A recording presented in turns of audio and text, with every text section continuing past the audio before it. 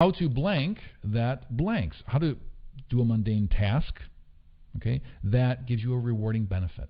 It's a perfect, it's a very good formula to improve your headlines, to get people interested in reading what you've written in your article, okay, or to click over and read. So, as an example, how to get a mortgage that saves you money, okay, or how to get a 15-year mortgage that cuts your monthly payment in half. Very simple. So think about it in terms of your business. Blank ways to blank. You've got to use the numbers, right? People love these numbers. I hate them, but people love these 5 ways to simplify meals and entertainment, as an example. I used that one recently for a client who is trying to sell meeting planners on the idea of opting into cruises, on going onto a cruise line for a business cruise. 5 ways to simplify meals and entertainment. One way to do that is a business cruise, believe it or not. So these are some of the really simple, really effective formulas that you can use. And maybe you guys are using these, okay? But here's some other ones. I love this one, how I failed at blank and what I learned. This one works for me in my business. You guys may have already seen me using this. It works like gangbusters. It just gets people to take action. Research tells us that our brains are, for some reason, designed to learn much more from lessons learned, from what did not work for people, from conflicts, from situations that were not successful. Because this presentation of words forces us to kind of rethink what was done and to do it better, to try harder next time around. So write headlines about your failures or failures of others in ways that teach what you've learned, okay? So again, lots of formulas here, but very little time. And look for these in the email that I'm going to send you, okay? I can help you a lot with that. So number 5, affirm reader's choice. I mentioned this earlier. This gets back to my roots. It's a little from left field, but that's why you guys signed up for this, right? When I first became a sales rep, I had a mentor who taught me a few things. In essence, this was one of them. Without my really knowing it, he taught me this. My spin on it as a sales guy was, "Hi, my name is Jeff, and I'm sorry for interrupting you. Do you have 30 seconds to decide if a longer conversation would benefit you?" That was literally how I would start a cold call. "Hi, my name is Jeff. I'm sorry for interrupting you." Believe it or not, right there, you've shocked the hell out of people who take cold calls all the time. You've apologized to them for interrupting them. You've got their attention there. "Do you have 30 seconds to decide if a longer conversation would benefit you?" You've shocked them again. You've given them the choice. Even today, I make calls to action that reaffirm the other side's right to choose online.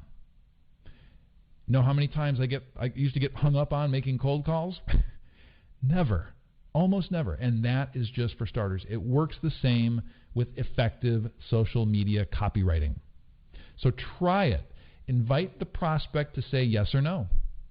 Sounds scary? I know. Try it. Tell them, hey, the choice is yours when making a call to action. And by the way, you know why this works?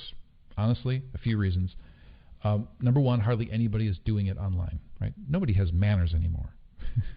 That's why it worked for me on cold calls. Nobody's doing this. Want to shock someone in a really good way? Directly ask for their permission. Okay.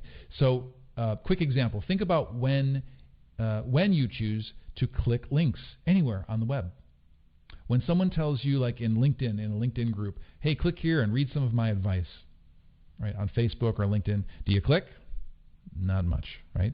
But if the writer words it differently, as an example, "I'll offer you some of my best advice here.